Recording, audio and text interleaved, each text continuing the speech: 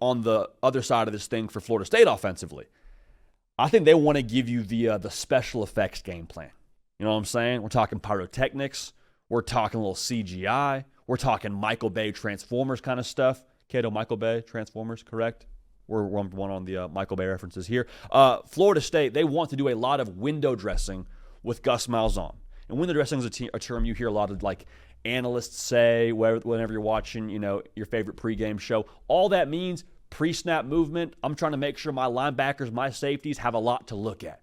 Whoa, jet sweep across the formation. Whoa, hang on. They got a play action with a jet sweep across the formation. Who has the football? Oh, Thomas Castellanos has it. Like that kind of who has the ball emotion you want to create for Miami defensively. Because if you give Thomas Castellanos a little bit of daylight, he's proven he can make you pay. The reason for that being, one, that's who Florida State wants to be, just in general. Like if you go back and watch the Auburn teams that Gus Malzahn called the offense for, that was pretty true to their style of ball. Make you guess who has the ball in some direction, get your keys all muddy, make you have a difficult time figuring out what you're looking at offensively, and then before you figure it out, we're 5 yards down the field with a head of steam, we're running the football. So it's an identity thing, but also I think in this game, Florida State understands what it is. They're not going to try and beat Miami at their game defensively. Like Miami, what's their strength? Front seven.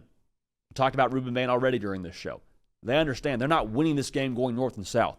But guess what? They weren't going to win the game going north and south against Alabama either. So what'd they do? Misdirection, window dressing, a lot of options for your quarterback every single snap that will be accentuated in this game against Miami because of their personnel up front. You want to put the game in a situation where Ruben Bain, you can't just wreck the game because you're destroying our blocks. Guess what, Ruben? We're not even going to block you, brother.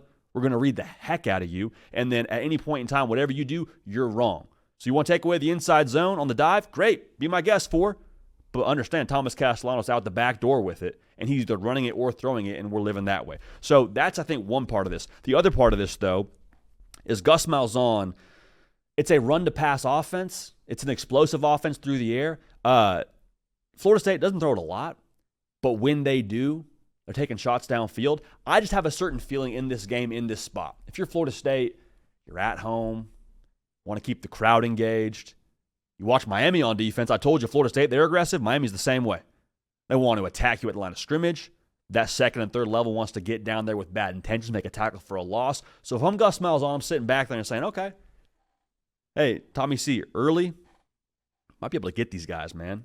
Hey, Deuce, you good? Squirrel White, you good? Field Storming, you're still alive? Okay, cool, let's go. I think that there will be a play early on in this thing, first half, first quarter, maybe first drive, I don't know, where Gus Malzahn takes a peek. Because Miami plays so downhill, like I already told you. If you're Gus Malzahn and you can create just the little bit of hesitation for the Miami defense and make them second-guess themselves in the second, third, fourth quarter of this game, guess what? Advantage Tommy C because he's getting settled and hitting a deep shot. Advantage Florida State, period, because you got the crowd into it. Most importantly, advantage your run game. Because if that safety is getting there a half second later, guess what? A half second, doing the math here, probably another 3-4 yards for you, pushing the pile.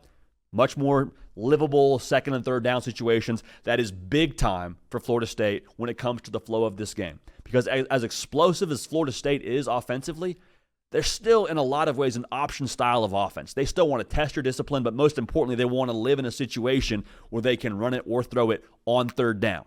You can't run it or throw it when you're living in 3rd and 11, all right? So that's important for Miami to be disciplined, but I guarantee you Florida State early on will try something over the top. So last thought when I have this game plan for Florida State offensively, I really do think that going back to what I said about how they're going to try to run it and not just try to attack the trenches of Florida State, I think we'll see a similar style of run game that we saw against Alabama where Florida State puts the ball in the perimeter a lot. Now, run game could be a screen pass. It could be a quick game kind of thing from Thomas Castellanos, but remember how much they forced Alabama to rally up and tackle from the second and third level in that game, and we saw Alabama not do it at a high level. I think you'll see that same style of approach here from Florida State with how they attack the perimeter. They know they're not beating Miami running 34 wham, running inside zone over and over again. That's just a ridiculous game plan. That'd be a stupid game plan.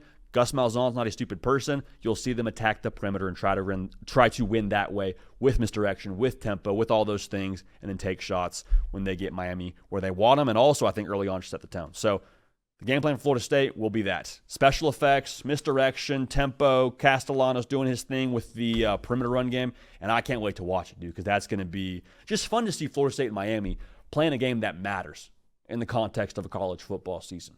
It's how it's supposed to be in this sport with those two brands, those two helmets going at it, having the attention of the nation. I understand the Virginia game goes how it goes, so now the nation's looking a little bit differently at this game. I'm just telling you, that game will have a massive say on how the ACC looks in the month of November when it comes to that conference title race. All right?